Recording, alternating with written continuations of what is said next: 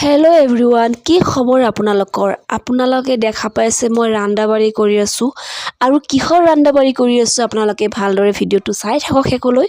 চব গম পাব, মই আপোনালোকক সকলো কথা বিৱৰি ক'ম। আজি মই ৰান্দাবাৰী কৰি আছোঁ আমাৰ মাহঁতৰ ঘৰত, মোৰ শাহুৰী মাৰ ঘৰত।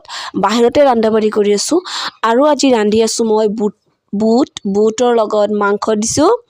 ব্ৰইলাৰ আনিছিলে 3 কেজি, 2 কেজি মাংসৰে মই আজি খিচুৰি ৰান্ধিম আৰু 1 কেজি মাংস পিছত আকৌ বঢ়িয়াকৈ আলুৰে ৰান্ধিম। আপোনালোকে ভিডিঅ'টো চাই থাকক। মানে কি হৈছে, আমি ভাবিছিলোঁ ঘৰতে তাৰমানে ইফতাৰ পাৰ্টি কৰিম বুলি, কিন্তু আমাৰ শহুৰ দেউতাই কি কৰিলে, মছজিদত গৈ কৈ দিলে যে আমি ইফতাৰ পাৰ্টি তাৰমানে মছজিদত দিম বুলি ক'লে। আৰু মছজিদত ইফতাৰ পাৰ্টি দিলে বোলে আকৌ সন্ধিয়াৰ ভাতো দিব লাগিব। এতিয়া নতুন নিয়ম ওলাইছে মানে মছজিদৰ পৰা। আকৌ যে পৰভাইটত যে ভাত খায় চেহেৰীৰ সময়ত, তো সেই এটেকাত বহা কেইজনক তাৰমানে ভাত খাবলৈ দিব লাগিব, যে কেইটা মানুহে এটেকাত বহিছে তাতে, তাৰমানে সেইটো মানে ধ্যানত বহা বুলি কয়। যেনেকৈ নহওক আপোনালোকে বুজি পাব।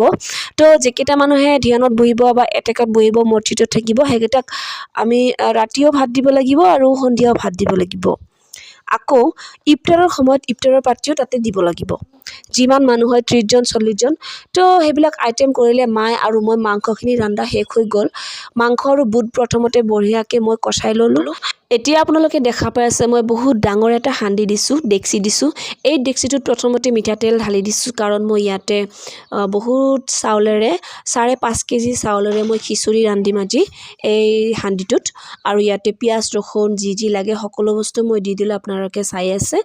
তো দিয়াৰ পিছত মোৰ অলপ অনুমানত ভুলো হৈছিল, যিহেতু মই তাৰমানে ৰোজা ৰাখি ৰান্ধি আছিলোঁ। বহুত কষ্ট হৈছিলে, কাৰণ কোনো বস্তু এটা মুখত দি টেষ্ট কৰিব নোৱাৰিম মই, যে নিমখ বেছি হৈছে নে জাল বেছি হৈছে নে কি কম হৈছে, মানে একোৱে টেষ্ট কৰি ৰান্ধিব নোৱাৰিম। অনুমানতহে ৰান্ধিব লগা হৈ আছে। তো অনুমানতে বন্ধুসকল ৰান্ধি আছোঁ, কিন্তু আমাৰ খিচুৰি প্ৰচেছ চলি আছে। যেতিয়া অলপমান বলকনি উঠিলে আমাৰ খিচুৰিত, তেতিয়া মই লাহে লাহে তাতে মাংস দিবলৈ ৰেডি কৰিলোঁ। বুট আৰু মাংস যে কষাই থৈছিলোঁ সেইবিলাক মই 1 চামুচকৈ দিছোঁ, কাৰণ বহুতকেইটা মাংস আৰু বহুত ডাঙৰ কেৰাহী একবাৰতে মই ঢালিও দিব পৰা নাছিলোঁ। তো লাহে লাহে সকলোবিলাক দিলোঁ, তাতে চব্জি দিছোঁ, আলু দিছোঁ, বিলাহী দিছোঁ, চব খিচুৰি মই সকলো বস্তু দি খিচুৰি বনাবলৈ চেষ্টা কৰিছোঁ। আৰু মই সন্মুখৰ ফালে কেমেৰাটো ঘূৰাই দি চাওঁ, সকলোৱে মোৰ ফালে চাই আছে আৰু মায়েও কাম কৰি আছে। একেলগতে আমি হাত বটাই আছোঁ চবৰ লগত। এতিয়া মোৰ খিচুৰি হওঁ অৱস্থা বন্ধুসকল আপোনালোকে দেখা পাই আছে, চাউলো ফুটি গৈছে। মই বহুত ভয়কৈ ৰান্ধিছোঁ। এয়া চাওক মোৰ খিচুৰি হৈ গৈছে, কাৰণ বহুতকেইটা চাউল একফালে ফুটে একফালে নুফুটে, কেতিয়াবা এনেকুৱা হৈ যায়। কিন্তু মোৰ আপোনালোকৰ ৰসমতত, আল্লাহৰ ৰসমতত বহুত ধুনীয়া হৈছে খিচুৰি। আপোনালোকে সন্মুখত চাই আছে, খিচুৰি বহুত জৰ্জৰা হৈছে, এটা হৈছে। বহুত ড্ৰাই খিচুৰি ভাল পায়। তো ইফতাৰ পাৰ্টিত ড্ৰাই খিচুৰি বহুতে ভাল পায়, বিৰিয়ানীৰ নিচিনা হয়। তো মই চেষ্টা কৰিছোঁ তেনেকুৱা বনাবলৈ, আৰু আপোনালোকে দেখা পাই আছে কেমেৰাত। বন্ধুসকল খিচুৰি হৈ গ'ল, মাংসৰ লগত বুট, কেঁচা চব্জি সকলো বস্তু মিলাই মই খিচুৰি বনাইছোঁ। খিচুৰি যদি মোৰ হিচাপত খিচুৰি হ'ব লাগিব, তাতে আৰু খালি মাংস আৰু সুদা ভাতেৰে নহয় নে কি বন্ধুসকল? খিচুৰি চব খিচুৰি, যাক কৈছে খিচুৰি। এয়া চাওক বহুত বুজাইকৈ এই ডিছটো বুজাইকৈ মই খিচুৰি দি দিম আজি, আৰু অকণমান আমি খাবৰ কাৰণে ৰাখি দিম। যিমানখিনি লাগে মুঠতে কমেও 30-40 জন মানুহ হ'ব মছজিদত সন্ধিয়া।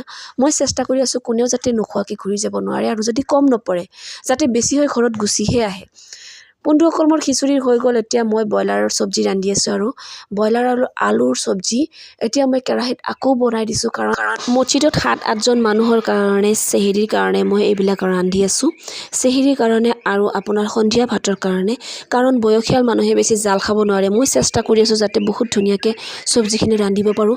তাৰপিছত মাছ ভাজিলোঁ, আৰু মাছ ভজাৰ লগে লগে মই চব্জিও বনাই দিলোঁ। বেঙেনাৰ লগত চব্জি, মাছ ৰান্ধি দিলোঁ। তো বন্ধুসকল মোৰ চব্জি হৈ গ'ল, মাছ ভাজি হৈ গ'ল।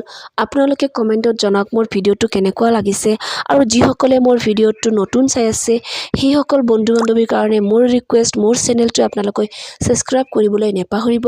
আৰু মোৰ ভাল ভিডিঅ' দিবলৈ মই চেষ্টা কৰিম আপোনালোকৰ মাজত।